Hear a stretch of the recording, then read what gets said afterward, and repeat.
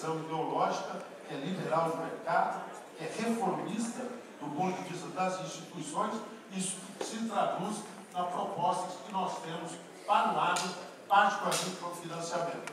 Assim que nós vamos à extensão rural, que precisa ter essa visão de convênios, é assim que nós vemos a defesa sanitária, que vai pela autorregulação. Por isso que quando o Pedro Lupion foi relator, e nem era ainda presidente da FPA, de institutos que nós chamamos como a nova lei do agro, instituiu a CPF, formalizou a LCA, tá certo? Nós demos um passo muito importante nesse sentido. Eu tive o privilégio de ser autor daquilo que virou lei, daquilo que significa hoje mais de 90 fundos constituídos, mobilizando recursos de uma forma significativa, que são os FIAGs. Há uma matéria no jornal Valor Econômico de hoje, dando conta da regulamentação definitiva que virá agora estabelecida pela CVM, terminada a consulta pública feita, e os FIAGs que já têm tido aplicabilidade, vocês que são do setor financeiro sabem disso, vai ter um crescimento ainda mais significativo. Ele ainda é de papel, transacionando LCA, ele ainda é de tijolo, para fazer o paralelo com os fundos imobiliários, porque ele é laceado em patrimônio, mas agora, com essa regulamentação definitiva, ele cria condições para ser um instrumento definitivo de financiamento. Então, o que nós acreditamos? Nós acreditamos no mercado. O agro tem que ir em direção ao mercado de capitais. Hoje o agro, os cálculos são que alguns dizem que é 23% do PIB do país, outros, quando vem esse olhar de cadeia que eu defendi, dizem que esse percentual pode chegar a 33%, 34% do PIB, o agro brasileiro, tá certo? Nós vemos que as empresas vinculadas ao agro, na Bolsa de Valores, não são mais do que 3% da B3, do volume da B3. Então, nós temos uma migração importante. O que a FPA tem feito? Consolidar CPF, consolidar agora o CRA, que vem como desdobramento, pedir que o disponível da LCA seja concentrado no financiamento do agro. Então, é continuar trabalhando para termos um plano safra, mas para inovarmos em modalidades para o financiamento do agro. Esse tem sido o trabalho que nós temos buscado desenvolver. Para aquele produtor rural de pequeno porte que precisa desse financiamento, desde a modernização até uma renovação do equipamento fabril, mas para as cooperativas, para os agentes que estão ligados a esse processo, o desafio é grande.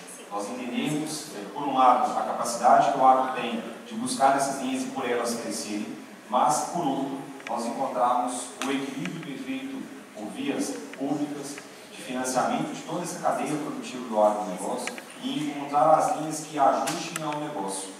Por que eu falo disso?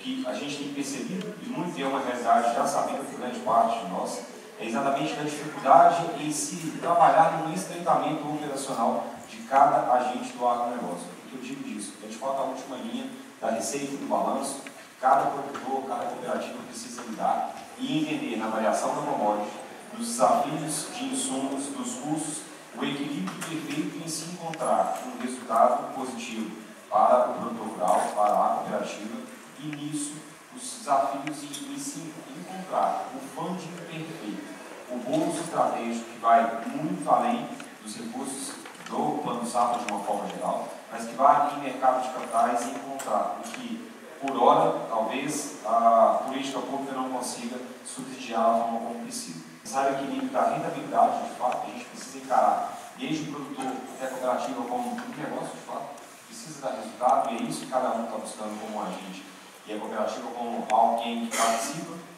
direto ou indiretamente disso, e entender os cenários de desafios, das oportunidades que financiamento por parte do governo, financiamento dos operadores de mercado, e eu vou falar com um deles, precisam encontrar e entender, olho a olho, que cada negócio precisa ser feito, que cada negócio precisa em termos de rentabilidade, de custo efetivo, para que se consiga ligar esses pontos, cada um tem um negócio que procura. O agente financeiro, o negócio que é o crédito perfeito, o ciclo perfeito que dá concessão até aquele pagamento, até o projeto ser complementado financeiramente acontece, mas para o produtor rural, para a cooperativa, o ciclo perfeito daquele negócio que demanda uma estrutura de capital de terceiro, não próprio, e que tenha rentabilidade para conseguir pagar, por exemplo, um silo com uma demanda reprimida e um espaço enorme de oportunidade disso, mas que no dia a dia, sob uma perspectiva puramente operacional, não tem a rentabilidade significativa para pagar, dependendo do que tiver de custo, um fundo que está buscando um pouco de acesso. O produtor rural não vive sem a cooperativa, porque na verdade nós somos formados por empresas familiares em grande escopo no Brasil e empresas familiares pequenas. Se nós não tivermos cooperativas para poder nos apoiar e poder ajudar a gente, não vamos crescer. Nós não vamos deixar de ser empresas rurais e vamos continuar sendo produtores rurais, que é uma diferença muito grande hoje. A Aldop, entrando no setor, como diz o tio que está um pouco mal informado, a Aldop tem a sua base em Araçatuba, mas nós temos hoje congregado 75 usinas no Brasil, uma na Argentina, e participamos de 11 estados brasileiros. E o trabalho da Aldop é puramente de educação, de formação de pessoas no setor agro. Então, nós partimos para esse lado, nós somos uma entidade, temos convênios com a Embrapa, com órgãos governamentais, com a FAPESP, com um monte de gente, e no intuito de formar ação de pessoas para poder melhorar e poder trazer um know-how melhor para a indústria, para as empresas agrícolas que nós temos hoje. Eu acho muito importante esse papel da Aldop. Nós já formamos 330 mil pessoas nesses 35 anos que nós temos na Aldop, e a gente pretende, nos nossos congressos, cada vez mais, trazer informações para o setor, para ajudar no sentido de poder melhorar, né, essa questão toda. A Serasa Spilian, ela existe, uma empresa há mais de 50 anos.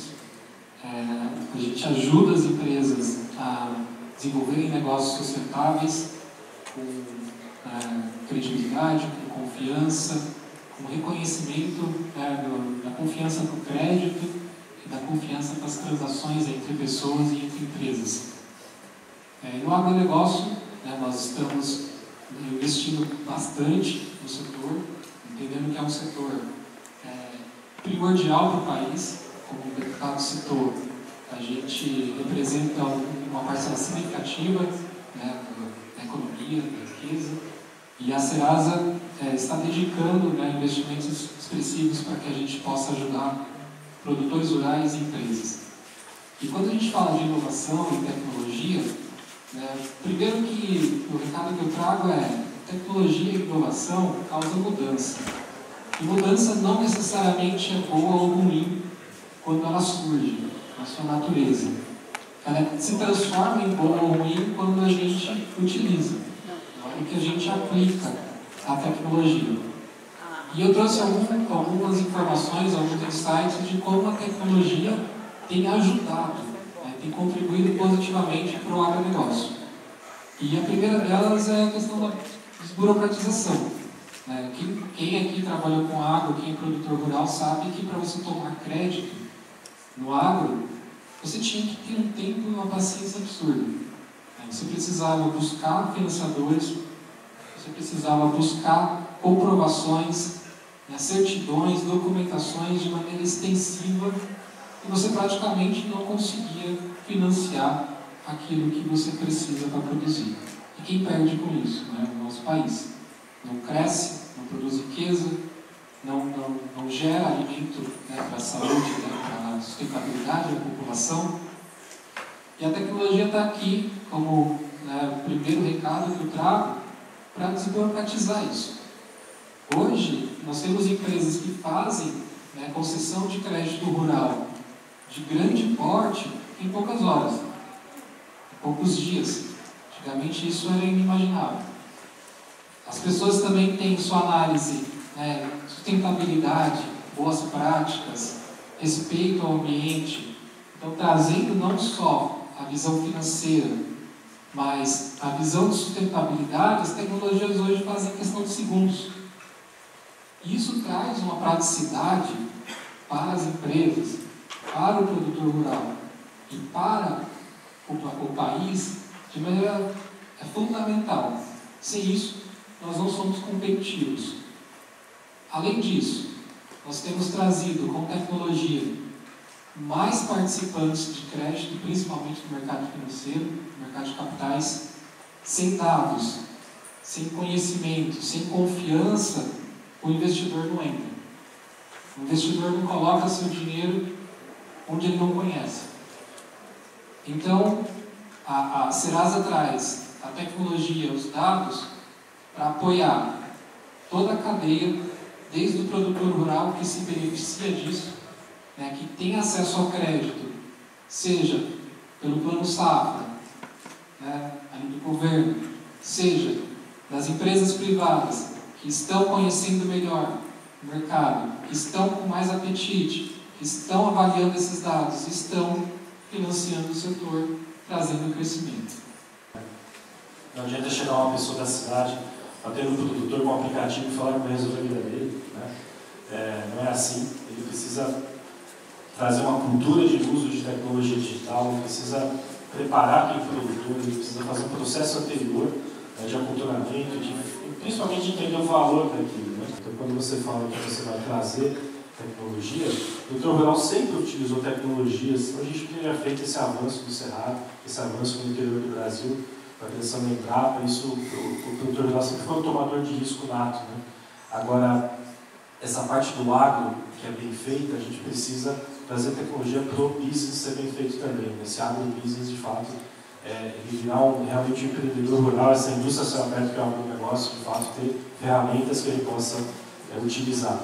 E, por fim, eu acho que aqui é um espaço importantíssimo para a gente debater isso, porque eu acho que tem muita coisa vindo, tem muita palavra em inglês aparecendo, mas o que de fato dá para se aplicar, a gente pode, eu acho que, esclarecer mais. Né? A questão da própria conectividade, a dificuldade de acesso.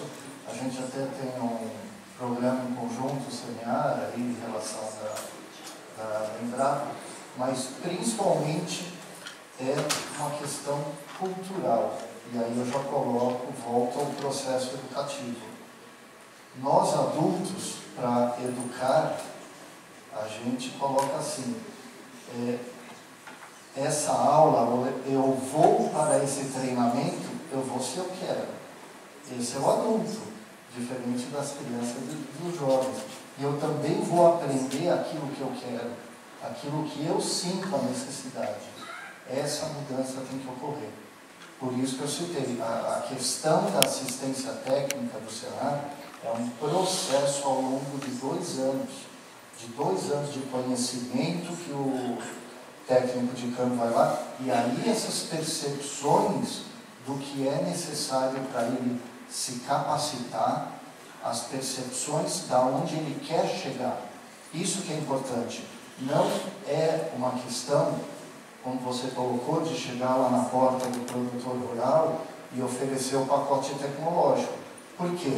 Eu posso até acessar esse pacote tecnológico, mas o risco quem assume da produção, da perda da produção de 1 ano de safra, é o produtor rural. Então, é um risco que ele, a maioria das vezes, não quer assumir. Ele prefere continuar produzindo da forma que ele faz do que implantar um novo processo tecnológico que ele desconhece. E em relação a isso, nós iniciamos agora em agosto um projeto que chama Integrar.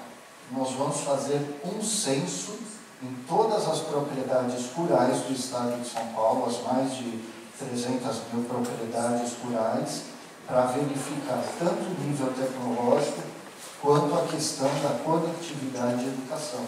Então, é um projeto inovador aqui do Senar São Paulo, para justamente conhecer ainda mais esses gargalos e a gente mudar esse processo. Então, é algo que a gente vai trabalhar muito com esses dados. A capacitação desses pesquisadores vai ocorrer na segunda quinzena de agosto. Então, uma nova perspectiva para o agro. Tecnologia, por exemplo, para novas moléculas, para melhoria genética, para humano, que ele pode utilizar ações do ambiente natural, rural, ou da própria experiência que vem se fazendo com aplicações em seres vivos também, que são os vegetais. Então, a gente vê diversos ângulos de cruzamento ali, de modelos de negócio inclusive, principalmente empresas do agro. A gente viu um movimento, iniciou, né, muitas startups aí com o que a gente chama de mercado de imagem de observação da terra, né, que de USBN, né, até muitas startups nasceram muito boas nesse mercado de monitoramento remoto de São José dos Campos, justamente porque tem um conhecimento muito direto e histórico ali. E daí essas startups elas migraram para uma visão que a gente chama de, além de precificação e avaliação de risco, para uma visão de também de green tech, ou seja, ela passou a olhar a terra e começou a ver, como foi falado também, possibilidades de olhar o carbono, como que ele sequestra, como o solo retém, e no final ela começou a falar, puxa, se eu conheço o solo, conheço produtividade, conheço vários fatores de risco, eu vou começar a dar crédito, eu vou começar a olhar o financiamento. Então teve 3 ondas aí mais ou menos, né? Verde, monitoramento remoto e depois financiamento. Né? E aí, essas startups que estão ali, a gente viu que muitas delas aprenderam com outros setores também que já faziam isso, e vice-versa. Então, você tem setores muito maduros de avaliação de risco também, você tem setores, por exemplo, a gente tem um caso ali do Hub Analítico Portuário, a gente vê algumas aplicando os drones da agricultura para olhar os calados das entradas de porto e tudo mais. Então, acho que tem uma sinergia muito interessante que a gente vê isso acontecer sempre lá, e que acontece porque tem um ambiente propício, tem uma estrutura, né, que todo mundo pensa junto e divide e colabora, principalmente. E o agro, acho que é um dos setores que mais colabora porque tem mais cooperativismo. Né? Então, acho que isso é um fator muito interessante que o agro pode usar ainda mais na cooperação durante os termos da cadeia produtiva brasileira. Se a gente pensar naquilo que eu trouxe no início, pensar em metodologia, se a gente unir tudo que foi colocado aqui, é exatamente isso.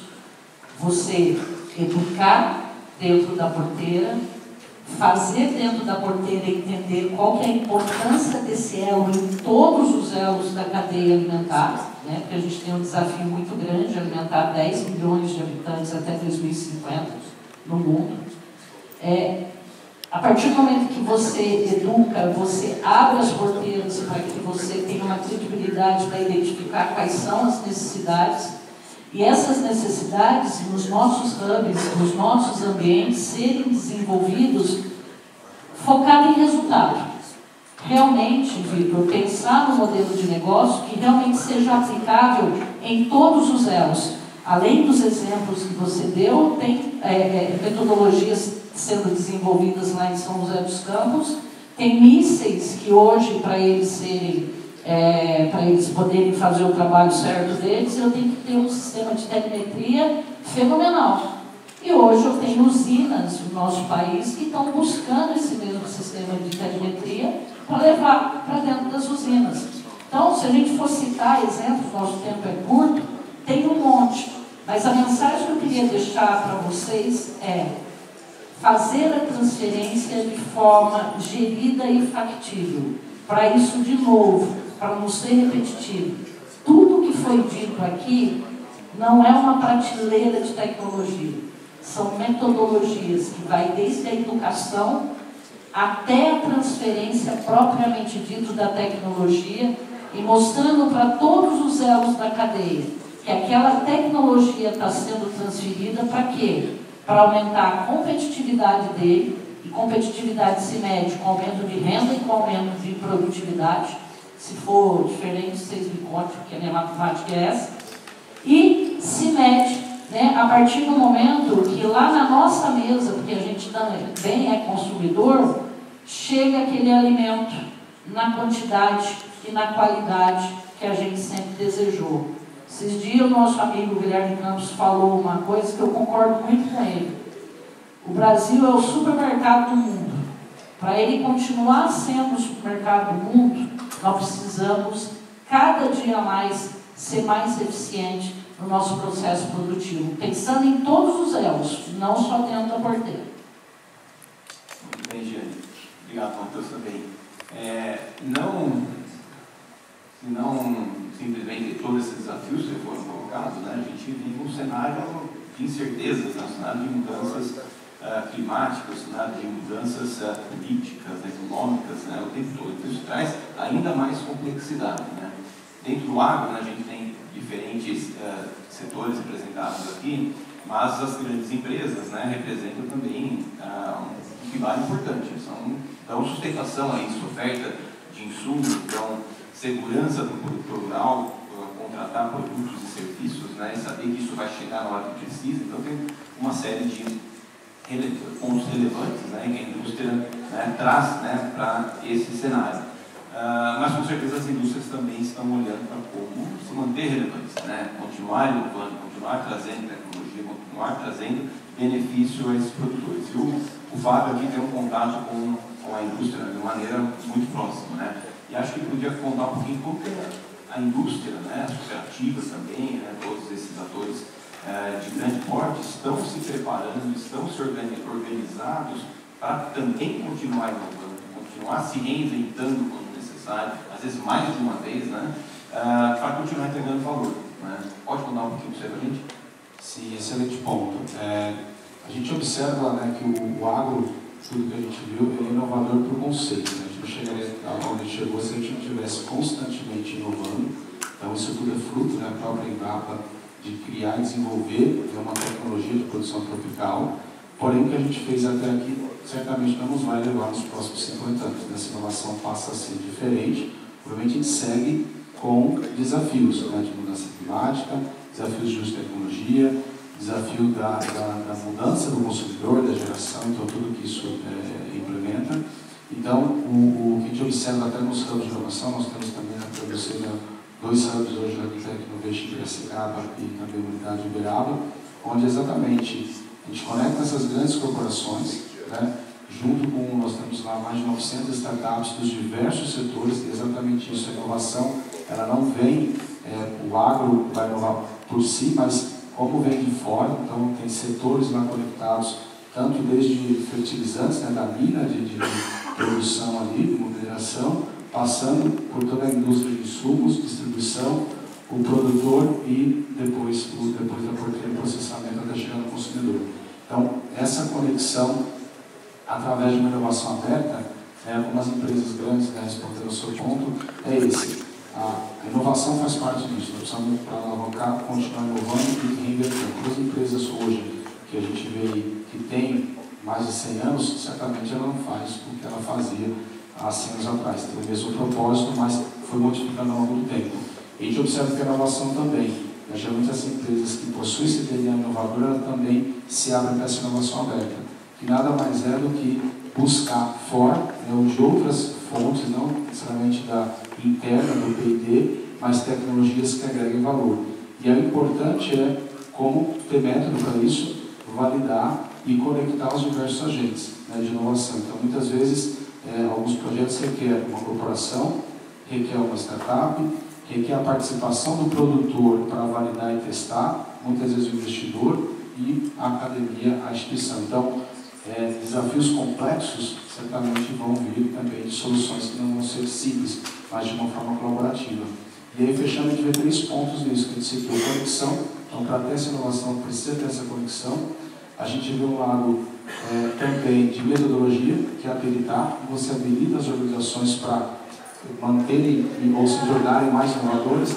E, por fim, a questão da cultura. É importante que a gente tenha uma cultura, que as pessoas tenham essa mentalidade para ser inovador, e o agro continue avançando aí nos próximos 50 anos.